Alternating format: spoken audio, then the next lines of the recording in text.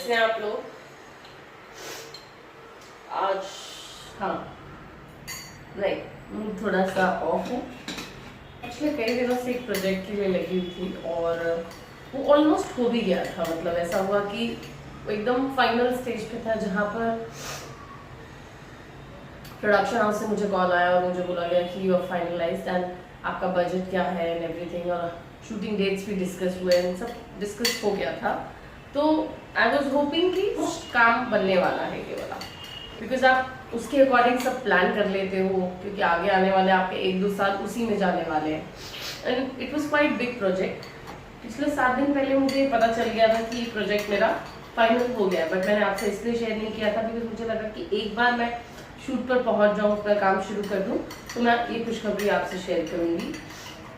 But 7 दिन तक मुझे ये कहकर लटकाया कि आज बता रहे, कल बता रहे, कब शुरू होना है, कब काम शुरू होगा, अभी बताएंगे, तभी बताएंगे।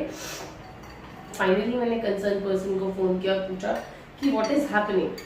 मुझे प्रोडक्शन से कॉल आया, सब फाइनल हो गया, डेट्स हो गए, तो अभी क्या आगे क्या प्रोसीजर है, when we are going to start. तो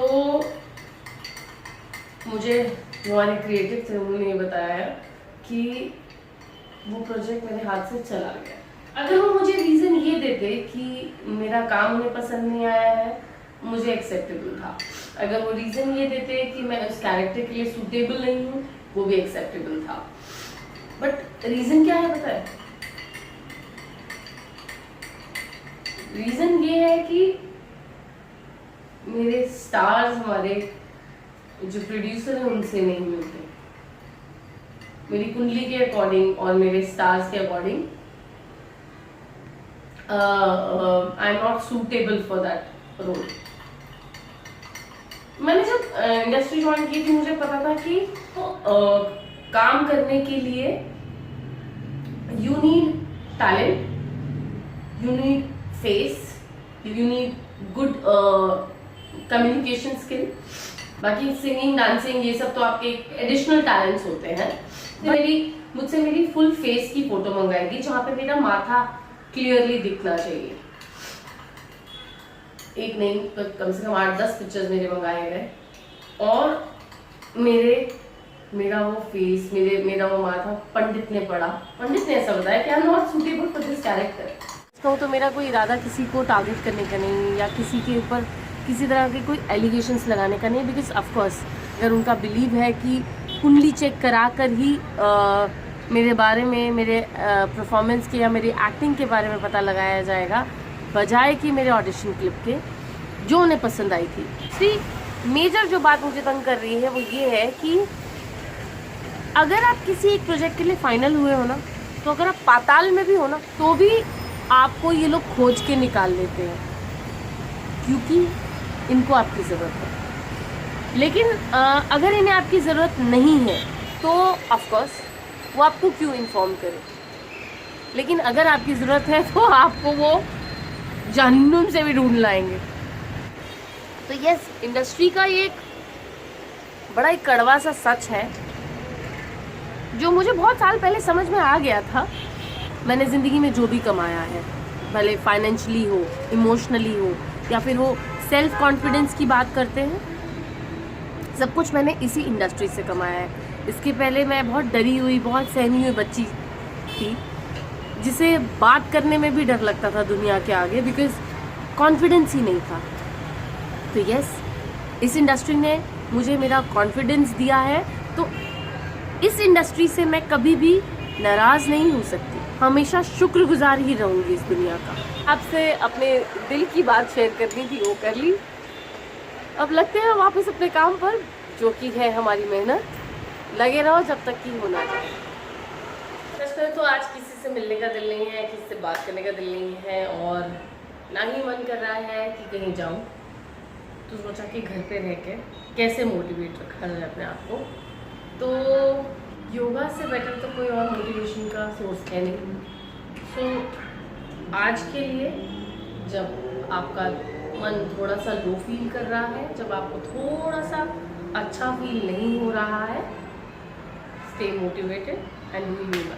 पैर अभी पूरी तरह ठीक नहीं है, तो मैं ज़्यादा स्प्रे नहीं करूँगी। आई डू लाइट एक्सरसाइज, जो मैं कर पाऊंगी आज, है ना। तो उतना ही करते हैं।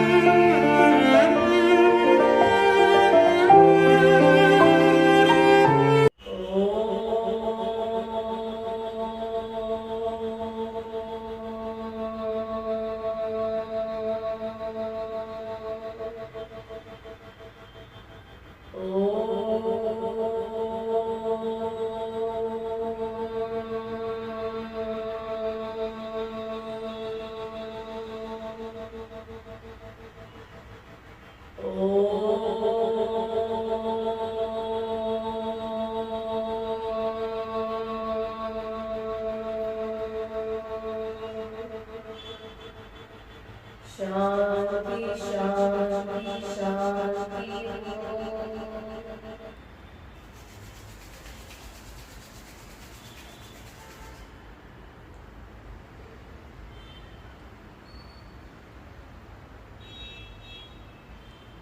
Love it.